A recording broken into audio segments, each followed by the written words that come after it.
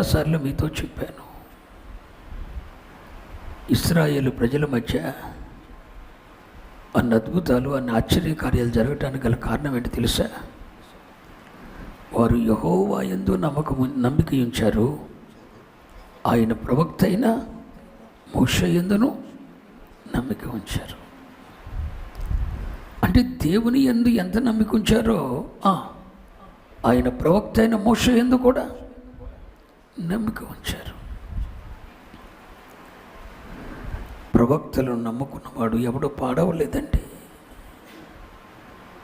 ప్రవక్తలను కాదనుకొని ముందుకెళ్ళిన వాడు ఎవడో బాగుపడలేదండి. ఒక సందేహం ఏంటో తెలుసా? ఆ ప్రవక్తల పరిచర్య ఇప్పుడుందా? కొత్త నిబంధన గ్రంథంలో కూడా ప్రవక్తల పరిచర్య ఉందా అంటే నువ్వేం సమాధానం చెప్తావు?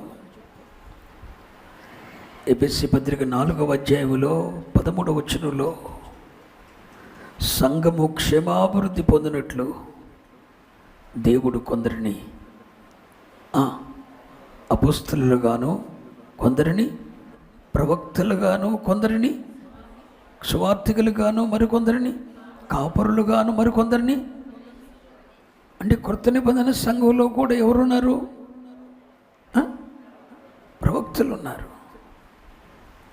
సంఘము క్షేమాభివృద్ధి నొందటానికి కొందరు అపోస్తలులు అయితే మరికొందరు ప్రవక్తలు. కొంతమంది అవివేకులు ఉన్నారు. ప్రవక్తల పరిచర్య కొత్త నిబంధన సంఘంలో లేదు అని వాదించే,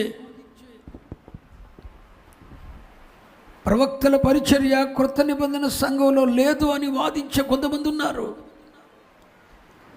వారికి దేవుడే తీర్పు తీరుస్తాడు. కానీ ఒకటి మాత్రం నిజం, పాత నిబంధనలో ఉన్న ప్రవక్తల పరిచర్య క్రొత్త నిబంధనలో కూడా ఉంది. పౌలు అపొస్తలుని గూర్చి అగబు అనే ఒక ప్రవక్త ప్రవచించాడు. నువ్వు యెరూషలేమునకు వెళ్తే ఇలాంటి శ్రమ నీకు కలగబోతుందని చెప్పాడు. అదే జరిగింది. అగబు అనే ప్రవక్త ప్రవచించాడు. క్రొత్త నిబంధనలో కూడా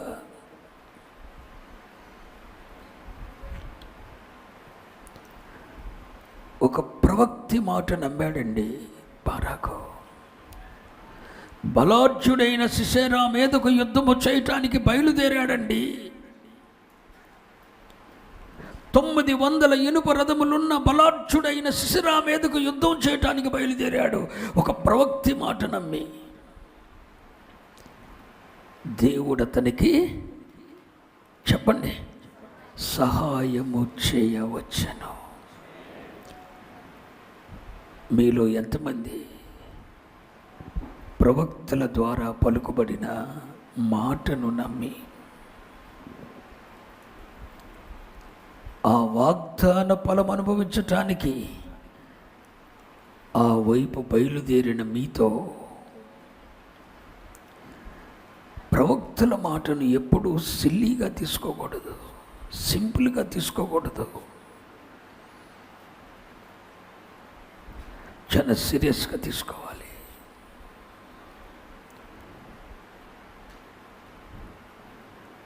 వారు నవ్వుతూ పలికిన మాటను కూడా నువ్వు సీరియస్గా తీసుకోవాలి.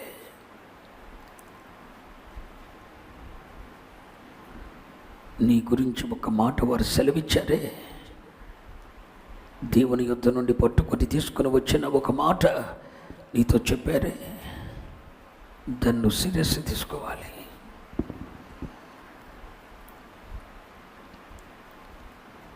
నీ పిల్లలను గూర్చి, నిన్ను గూర్చి తన ప్రవక్తల నోట దేవుడు దేన్ని ఉంచాడో దాన్ని నువ్వు సీరియస్గా తీసుకోవాలి. లేకపోతే నష్టపోతావు. తన ప్రవక్తి మాట నమ్మి బారాకు బయలుదేరాడు. దేవుడు అతనికి సహాయం చేతికి వచ్చాడు. యెహోషాపాతు చెప్పినట్లు ఆయన ప్రవక్తల్ని నమ్ముకున్నాడు. బారాకు విజయశీలుడయ్యాడు, కృతార్థుడయ్యాడు. తన జీవితం సార్థకమైపోయింది.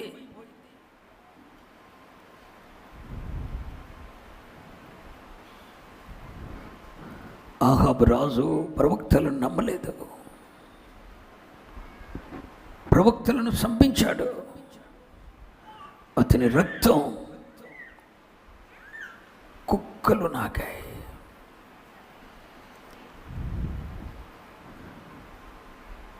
దేవుడు తను చేయదలించిన కార్యాన్ని ఒక అపోస్తలుడి ద్వారానో, ఒక ప్రవక్త ద్వారానో, ఒక స్వార్థికుని ద్వారానో, ఉపదేశకుని ద్వారానో, బోధకుని ద్వారానో దేవుడు నీకు తెలియజేస్తాడు. దాన్ని నమ్మాలి. అప్పుడు నువ్వు కృతార్థుడు అవుతావు, నువ్వు విజయశీలుడు అవుతావు. సీరియస్గా తీసుకోవాలి ఆ మాట.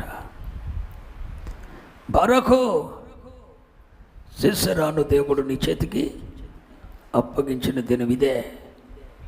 సీసెరాను నీ చేతికి అప్పగించటానికి దేవుడు నీకు ముందుగా బయలుదేరాడు అని ఒక మాట చెప్పిందంతే. వెంటనే స్వచ్ఛందంగా యుద్ధానికి వచ్చిన వారిని 10,000 మందిని వెంట పెట్టుకొని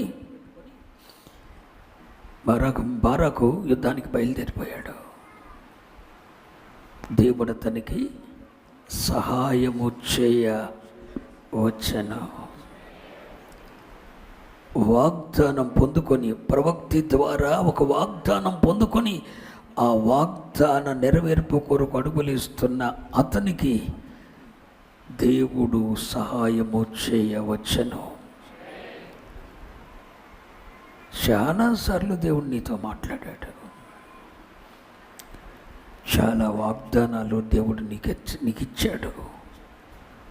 నువ్వు దాని మీద దృష్టి పెట్టలేదు, దాన్ని సీరియస్గా తీసుకోలేదు. ఇప్పుడేనంటావా, దానికి టైం ఉంటుందిలే అని నువ్వు అక్కడ పడేసావు. నువ్వు దాన్ని అనుభవించలేకపోయావు, విశ్వసించలేదు నువ్వు. కానీ ఈ శుభకరమైన మాసంలో, ఈ సెప్టెంబర్ మాసంలో ఒక దైవ సేవకునిగా ప్రకటిస్తున్నాను, ఒక దైవజనునిగా, దేవుని ప్రతినిధిగా ప్రవచిస్తున్నాను. నీ కొరకై దేవుడు చేసిన కార్యాన్ని, నీ కొరకై దేవుడు ఉద్దేశించిన ఉద్దేశాన్ని, ఈ పరిచర్యల కొరకు దేవుడు ఉద్దేశమును సఫలీకృతము చేయటానికి, నీ ఎడల నా ఎడల ఈ పరిచర్య ఎడల దేవుని కొన్న సంకల్పం అంతా నెరవేర్చటానికి దేవుడు సహాయము చేయవచ్చును. వస్తాడు అని నేను చెప్పటం లేదు, వచ్చాను.